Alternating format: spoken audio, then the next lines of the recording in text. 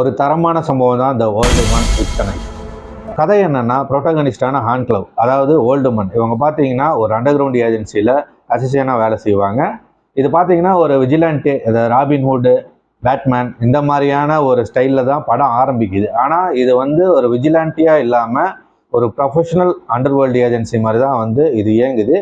இதில் பார்த்தீங்கன்னா கெத்து யாருன்னா அந்த ஓல்டு உமன் தான். ஏன்னா பல சம்பவங்கள் பண்ணியிருக்கு. ஓல்டு உமன்னாலே அப்போ எவ்வளோ வருஷம் பல டிக்கெட்ஸாக இது சம்பவம் பண்ணிட்டு இருந்தனால இதுதான் அந்த கேங்கிலே லெஜண்ட்டு. இப்படி இருக்கும்போது அங்கே ஒரு ரூக்கி வரான். அவன் இந்த ஓல்டு உமனை பற்றியெல்லாம் தெரிஞ்சுக்கிறான். தெரிஞ்சு இவங்களை பழி வாங்கணும்னு நினைக்கிறான். இதுக்கப்புறம் இவங்க ரெண்டு பேத்துக்குள்ளே என்ன நடந்தது, இதெல்லாம் தான் இந்த படத்துடைய மீதி கதை.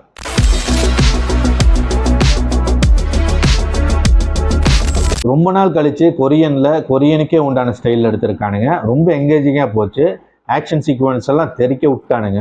அதாவது ஒரு பில்டப்பை எங்கே வைக்கணும், எப்படி வைக்கணும்னு கரெக்டாக தெரிஞ்சிருக்கு. நம்ம தமிழ் சினிமாவில் வர மாதிரி வரும்போது ஒரு பில்டப்பு, போகும்போது ஒரு பில்டப்பு அப்படியெல்லாம் இல்லாமல் அட்டகாசமான பில்டப்பை கொடுத்துருக்காங்க. இப்படி ஒரு டைலாக் இருக்குது, அவள் தனியால் 28 பேர்த்த தட்டி தூக்கியிருக்கா அப்படிங்கிற மாதிரியான ஒரு டைலாக் இருக்குது. அதாவது அது கரெக்டான இடத்துல வச்சுருக்காங்க. வேணும்னே வைக்காமல். இப்போ இந்த கேஜிஎஃப்லாம் பார்த்தீங்கன்னா படம் ஃபுல்லாகவே பில்டப்பாக தான் போகும். அந்த மாதிரி இல்லாமல் இதில் கரெக்டான இடத்துல அதான் எங்கே வைக்கணுங்கிறத கரெக்டாக சூஸ் பண்ணி வச்சுருக்காங்க.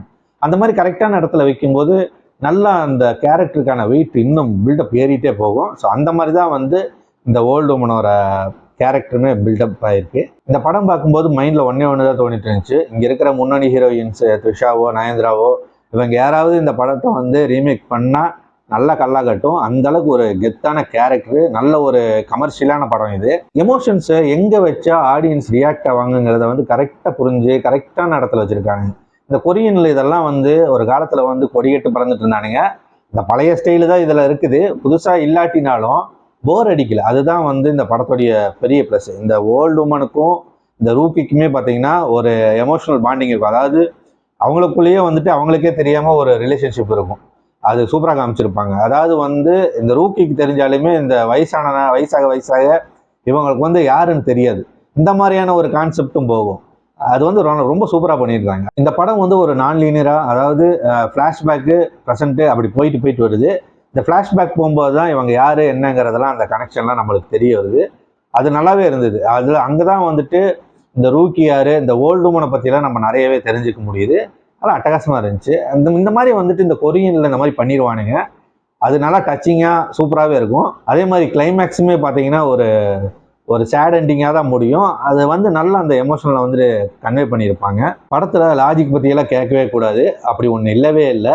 இருந்தாலும் ஒரு அண்டர்வேர்ல்டு கிரைம்குள்ளே போயிட்டு வந்த மாதிரியான ஒரு ஃபீல் கொடுக்கும். ஒரு கமர்ஷியல் படம் இப்படி தான் இருக்கணும். இப்படி இருந்தால் போதும். நம்ம ஹீரோஸ்க்கு ஹீரோயினுக்கெல்லாம் இந்த மாதிரி கதையிலே ரொம்ப சூப்பரான ஒரு கதை தான். அதை இங்கே இருக்கிற ஹீரோயின்ஸ் யாராவது எடுத்து காப்பிரைட் வாங்கி நடித்தாங்கன்னா அடுத்த 10 வருஷத்துக்கு அவங்க தான் லேடி சூப்பர் ஸ்டாராக இருப்பாங்க.